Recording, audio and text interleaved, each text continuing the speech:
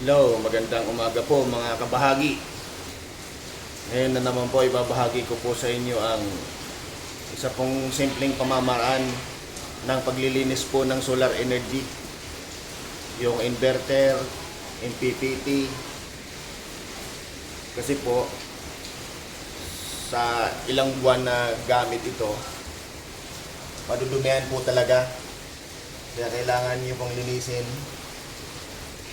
Ito po, gaya po nito, makikita nyo, puro alikabok na ito. Yan, alikabok po yan, oh.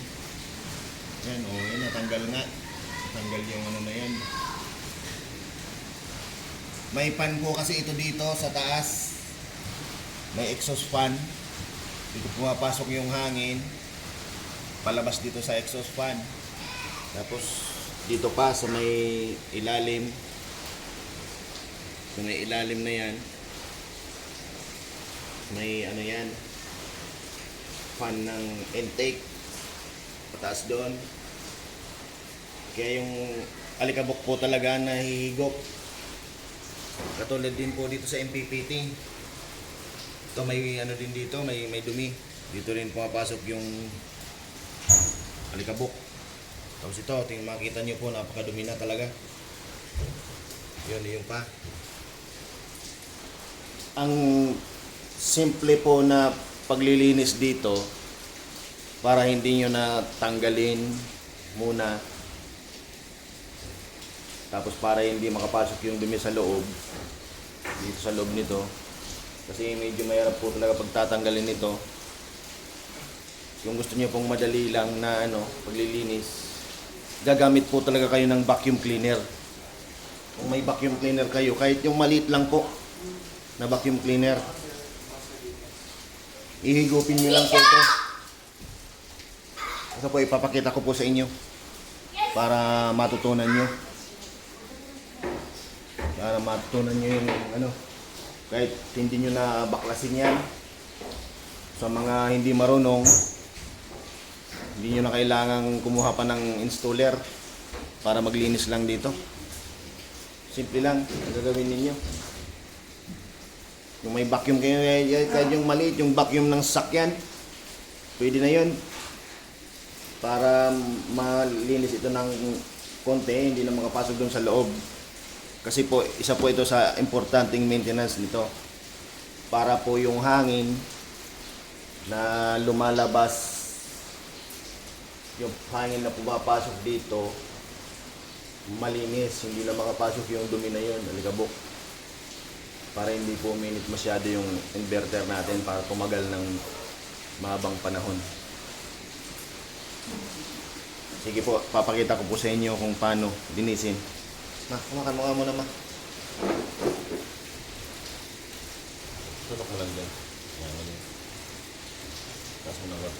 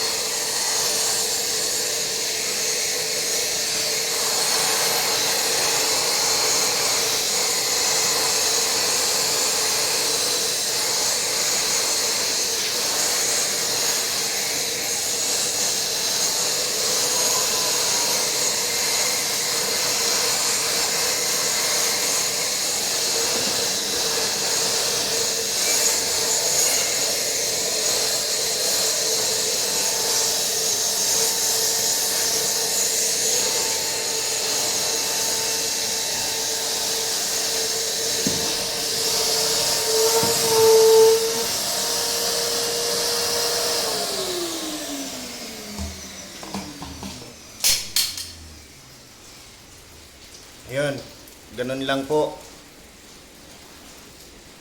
Ganun lang po kadali yung ano nun, pag may vacuum cleaner kayo. Ganun lang kadali. Okay lang na ito, tusok-tusok nyo dun sa may ano na yun. Okay lang kasi plastic naman po ito. Plastic. Kaya safe naman kahit matusok-tusok nyo yung mga wire dun, kahit maabot nyo yung ano dun. Safe naman yun. Ganun lang po. Yan, malinis na po. Ito, malinis na. Hindi na barado. Okay na yan. Kahit ilang buwan na naman. Basta makikita nyo may alikabok na po dito. Kung may vacuum kayo, vacuumin nyo na. Pati itong MPPT. Ganun lang po kadali. Hindi na kayo magbabaklas-baklas pa nito. Kasi kung babaklasin nyo ito, tatanggalin itong ano. Pero ito, kailangan nyo itong baklasin, itong takip tanggalin, at least once a year. Isang taon po, pwede nyong linisan talaga sa loob. Pero pagka mini-maintain nyo naman na nababacuum dito sa labas, baka sa isang taon hindi pa masyadong madumi. Kung hindi nyo nililinis sa labas, baka sa isang taon, madumi talaga sa loob. Ayun lamang po, isa pong tip ko sa inyo, base sa experience ko po sa solar energy. Yun, sana nakatulong po itong vlog na ito sa inyo. I-share nyo na rin po. Saka subscribe na rin. Maraming salamat po.